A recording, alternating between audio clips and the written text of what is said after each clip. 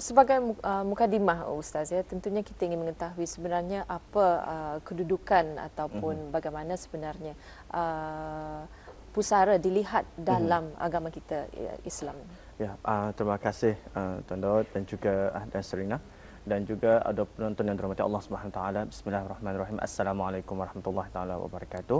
Alhamdulillah pada pagi ini kita ni bertemu dalam membicarakan sesuatu yang amat penting rasanya untuk kita ketahui mengenai dengan pusara. Tapi kalau perkataan pusara yang sinonim bagi kita ni adalah tanah kubur, tanah perkuburan. Jadi di sini memang satu perkara telah dinyatakan dalam firman Allah pun Subhanahu Wa Taala dan mengatakan kullu nafsin za'iqatul maut. Setiap jiwa ataupun setiap yang bernyawa pasti akan merasakan kematian. Jadi dengan kematian itu kita akan balik kepada tempat yang kita ni memang dipandang macam batu, di mana kita ni datang, di situlah kita ni baliknya. Betul. Jadi di situlah dikatakan bahasa yang mudah tanah pusara. Jadi di sini berlaku pada baginda Rasulullah SAW. Pada satu ketika telah meminta kepada Allah Subhanahu Wa Taala untuk meminta izin kepada Allah untuk menziarahi ibunya.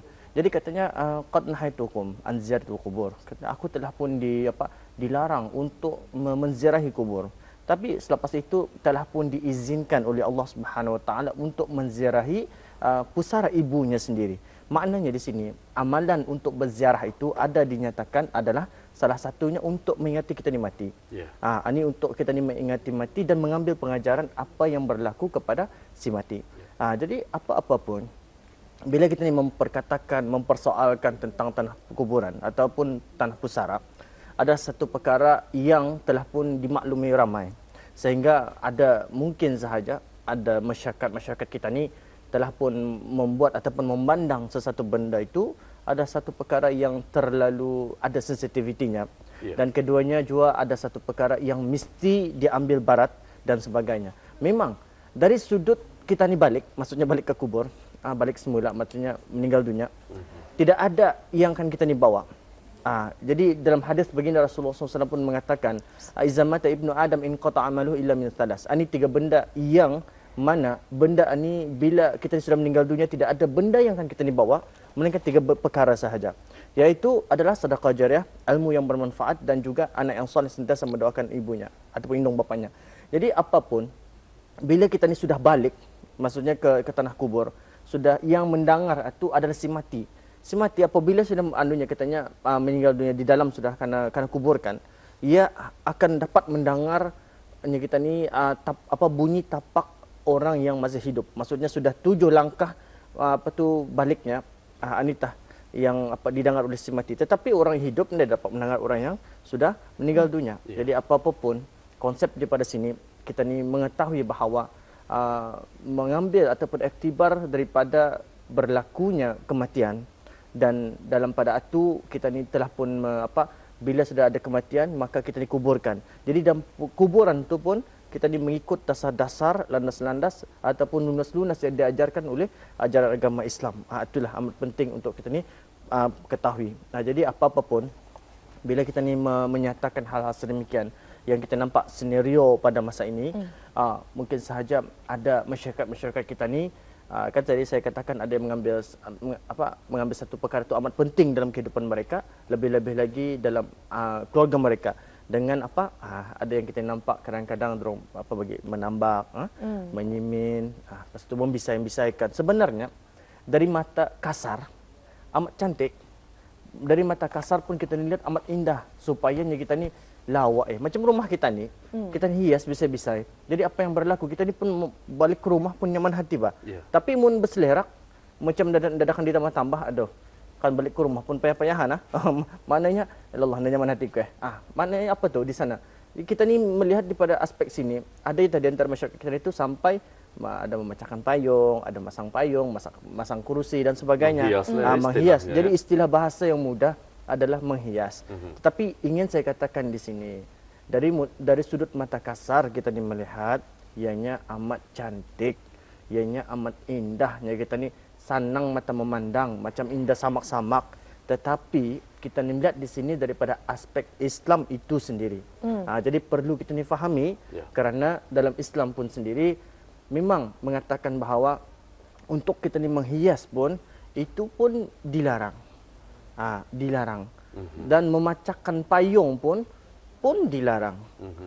Tetapi di sini ada dalam sebuah ada kenyataan mengatakan bahawa pada satu ketika telah nampak dilihat oleh Sayyidina Umar radhiyallahu an, ia pada waktu itu ada melihat payung yang memacak di atas kubur.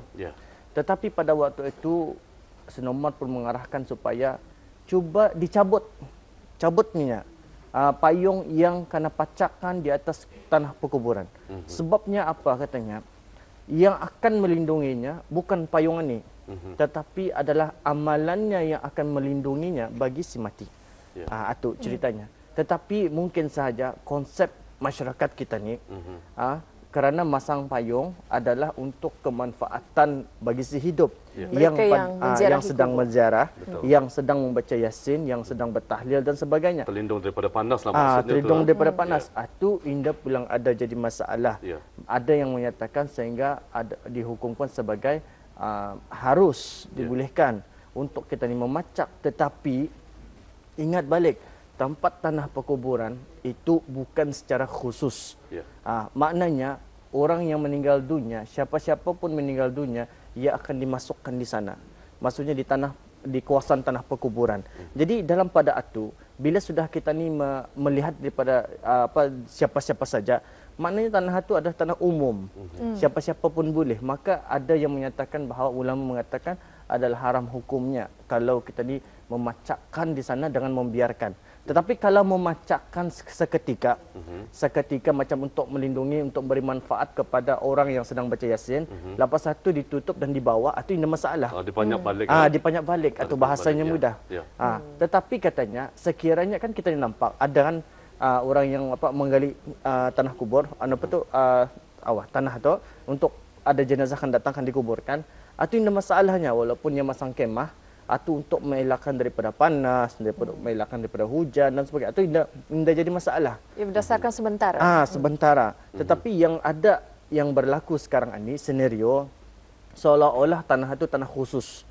Maknanya macam tanah itu memang ia punya. Hakikatnya atunya apabila sudah hal ini berlaku, ia boleh menyempitkan keadaan. Jadi apabila sudah menyempitkan keadaan, ini telah mendatangkan satu benda yang dibenci dan juga dilarang dalam Islam itu sendiri.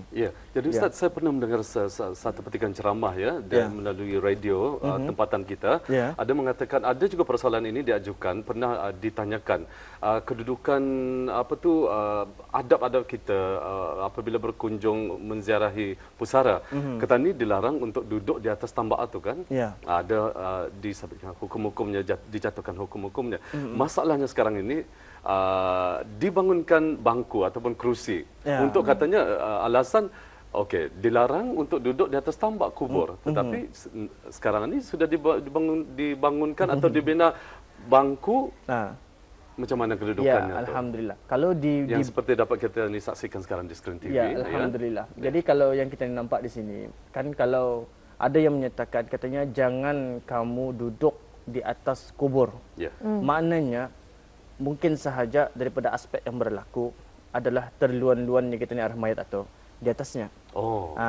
Tetapi yang disiring-siring itu, kalau kita ni kan duduk sebenarnya tidak ada masalah. Boleh tu, tetapi ni ada lagi tetapi ni kayaknya masalahnya ada kan dia punya tambaknya tu kan.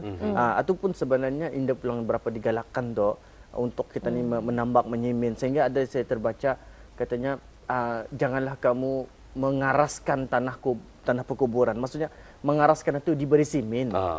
Macam itu. Tapi aspek yang berlaku kadang-kadang daripada sini ditakuti tanah itu tersusur. Itu yang menjadi yang satu masalahnya. Sehingga yang berlaku ini juga mesti kita lihat tu. Yang kita lihat pastikan benar-benar bahawa untuk kita ni duduk atau jangan duduk di kawasan luan-luan tanah arah tempat kuburnya itulah. Arah tempat kita ni di mana kena ampaikan, kena letakkan dalamnya tu. Tetapi kalau disiring-siring rasa-rasanya indah jadi masalah sekiranya berlaku. Kalau bayangkan saja kalau tidak ada tambak Anda bertambak entok, maksudnya anda ada apa namanya itu bersimin bahapa. Ya. Jadi kita ni ambil kerusi, duduk siringan tujuh tu kan kita ni. Jadi maknanya bukan kita ni menduduki macam kita ni duduk arah hurang. Ya. Tetapi kalau di sini kita yang kita ni takut hal ini bila sudah ditambak, maknanya takut mengambil mengambil kepada barang badannya tujuh apa. Itu yang kita ni takuti. Jadi yang pastinya daripada berlaku ihtiyat, berlaku satu perkara yang meragukan, mencurigakan dan takut berlaku sesuatu yang indah baik, jadi adalah lebih baiknya kita ni jangan terduduk di atas tambak itu. Sebaiknya. Sebab itu dengan ada tambak itu memberikan hat-hatnya, itulah daripada apa yang berlaku kepada si mati tersebut. Macam itu. Jadi ini persoalan mengenai untuk mengelak dari terduduk dekat perkuburan orang lain, ya. Jadi makanya bangku didirikan. Tapi ada juga mereka yang keluarga yang keluarga si mati ingin menzahirkan kasih sayang, membeli bunga segar dan dipacakkan. Bukannya ditabur, dipacakkan di kubur. Macam mana kedudukan? Masalahnya ya, maaf ya Kak Syarina, mungkin menambah sedikit ya. Masalahnya kadang-kadang meniru macam cara ataupun kelaziman yang diamalkan agama lain, ya. Ya, betul. Tetapi kita ni melihat daripada sini aspek yang berlaku, baginda Rasulullah SAW pun pernah membacakannya kita ni daun tambar atau tambar. Itu pun disebabkan ada manfaatnya, mendoakan. Sebab benda-benda yang bernyawa ini ia macam apa tu yang kan namanya makhluk Allah. Ia kan ia sentiasa berzikir dan ia akan mendoakan. Jadi harap-harap dan keadaan sedemikian sebagaimana yang dilakukan oleh Rasulullah, dengan adanya macam ini mudah-mudahan azabnya diringankan. Jadi apa-apa pun bila kita melihat aspek yang berlaku, maksudnya kita menyampaikan apa tu namanya bunga-bungaan dan sebagainya. Jadi kita ni melihat daripada aspek daripada diri kita ni dahulu. Kalau sudah menyerupai sesuatu kita ni sesuatu kaum, itu yang masalah satu benda yang indah digalakkan. Ya, pasal dalam hadis baginda mengatakan faman tashabbaha minhum faman tashabbaha biqaumin fahuwa minhum. Siapa yang menyerupai satu kaum maka ia di antara daripadanya. Ini yang ditakuti, nauzubillah min zalik. Jadi apa-apa pun kita ikutilah apa yang dilakukan oleh Rasulullah mengikut kadar yang sederhana. Maknanya kita ni datang berziarah itu bukan bertujuan yang lain. Dan kedua, kita ni untuk menambah-nambah itu pun bukan bertujuan untuk kan memberitahu orang-orang bahawa kita ni mampu untuk membuat macam itu. Dan ketiganya juga, kalau kita ni membuat macam itu, apakah manfaat yang berlaku, apakah manfaat yang dapat diperoleh oleh si mati? Hakikatnya tidak ada manfaat yang dapat dibawa oleh si mati berdasarkan dengan kita ni bagi tambak, dibagi payung, dibagi kerusi dan sebagainya. Jadi apa yang dikatakan oleh Tuan Daud tadi, apabila sudah kerusi dibangunkan, ia akan memberikan sebagai satu kesusahan, masyakkah kepada orang ramai, di mana tahu ada orang-orang yang meninggal dunia waktu itu pun macam mana. Jadi itu bukan hak kita ni untuk membina kerusi. Jadi dalam pada ini kita ni mesti melihat sebagai diri kita ni sehingga dihukumkan bila tempat itu adalah umum, maka adalah wajib ataupun adalah wajar untuk dirubuhkan. Apa tu yang kita ni bangku-bangku yang telah tersedia di hadapan kubur sedemikian. Itu dia. Alhamdulillah ya. Terima kasih banyak Ustaz. Terima kasih banyak Ustaz ya. Dan alhamdulillah semoga dengan penjelasan yang telah pun diberikan tersebut sedikit sebanyak dapat menambahkan lagi pengetahuan kita dan memberi kesedaran pada kita ya. Jadi andainya kita berlaku khilaf, jadi ada peluang kesempatan untuk kita memperbaikinya. Jadi kita ucapkan ribuan terima kasih.